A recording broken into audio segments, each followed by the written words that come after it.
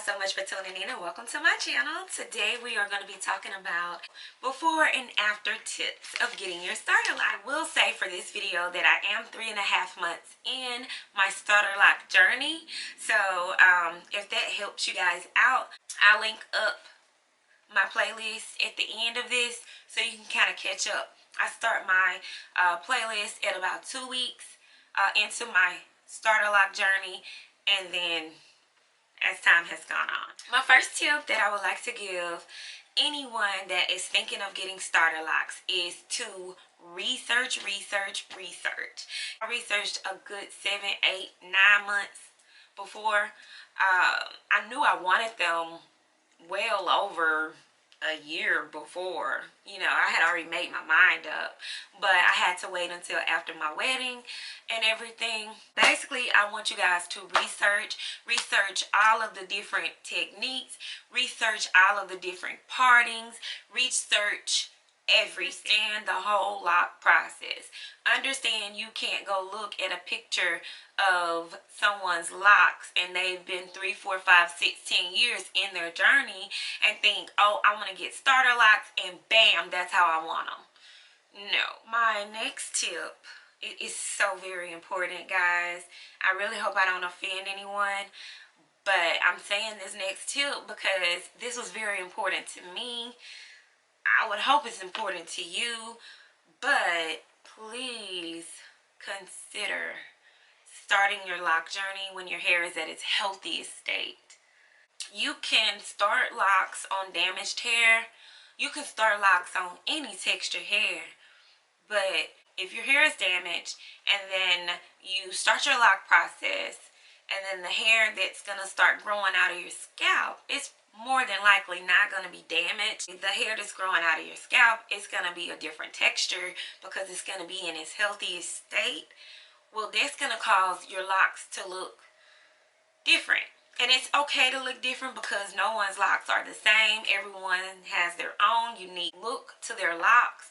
But as far as locking your hair the fastest and, speeding up the process and everything, my opinion is I would want it to be at its healthiest state so that I can get the best results. If you need to trim your ends, if you need to do some protein treatments, definitely take care of your hair and your scalp.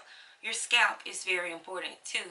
You want to have a good, healthy scalp because that could be a disaster in itself.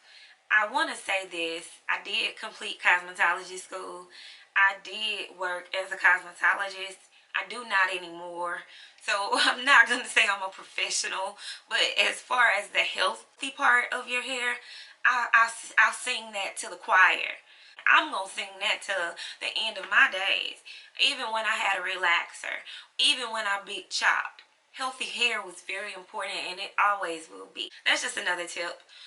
One way that I prepared my hair, I had colored my hair before in my loose natural days. I did do a couple of months before my appointment. I started doing protein treatments. I started doing hot oil treatments. I trimmed my hair. I never had a professional in my hair other than the one girl that did a silk press on my hair. And that was it.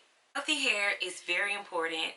If you're starting your lock journey, you're definitely going to want to start it at its healthiest state. Every loctician is going to have different beliefs. Every loctician is going to have different techniques. Every loctician is going to give you different advice. They're going to give you different do's and don'ts of what you should do to your hair versus what not.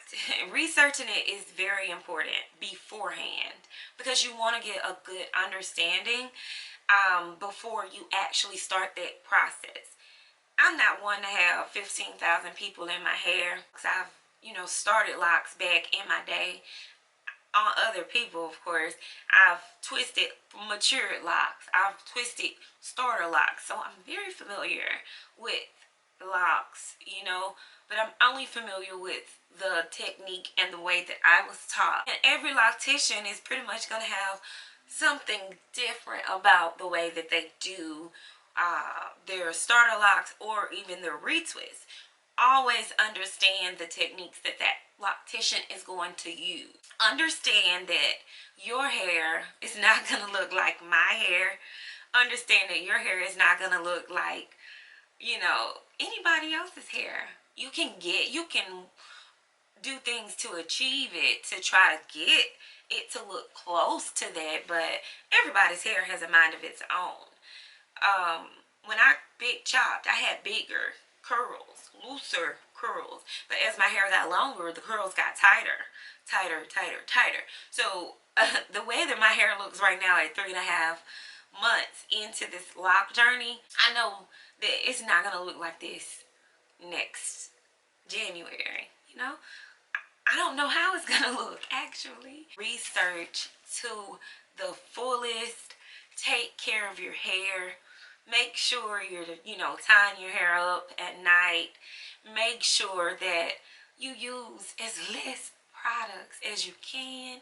And I only say that because depending on your hair texture, it's gonna determine how much shampooing and how much wetting and things like that, how much styling that you're going to be doing initially. And you don't want to walk around with gunk in your hair. Just keep piling on gunk and keep piling on gunk. And you can't really just clean starter locks like you really need to because you're so afraid that they're going to come down. So just limit your products. If you think about the whole process and what locks really are, it's the intertwining, the meshing of your hair.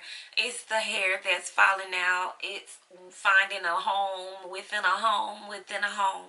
It's your hair doing what it was really naturally meant to do, at least mine anyways, because I learned a lot about my hair when I big chopped and it got longer and it got coilier.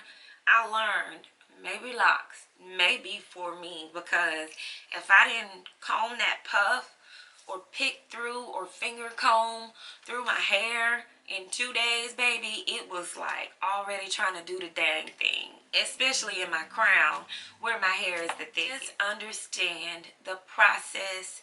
Just understand and be confident and love yourself enough to go through the many changes that locks are going to take you through. For the most part, those are the ones that really stuck out to me. Those are the more important tips that I have, you know, that really meant a lot for me when I was starting my lock process, when I was actually twisting and retightening and starting locks, you know, back in 09 and 10 and 11, when I was actually doing that on a regular basis. I hated when someone came and sat in the chair and their hair was damaged and they wanted a miracle with some starter locks. It's not going to look the same. I have 2 or 3 different types of hair in my head growing out of my scalp the way that it grew, and it hasn't changed. My locks here in the crown feel tighter. They feel dense already. I feel bumps and buds all throughout those, but the ones in the outer perimeter, like this, it just feels like a soft little spiral. I don't feel anything other than fluffy hair. That's all I feel. Get ready for the journey that your starter locks are going to take you on. And don't forget to give me a thumbs up. If you have not subscribed, what are you waiting for? Thank you guys so much for watching. Bye.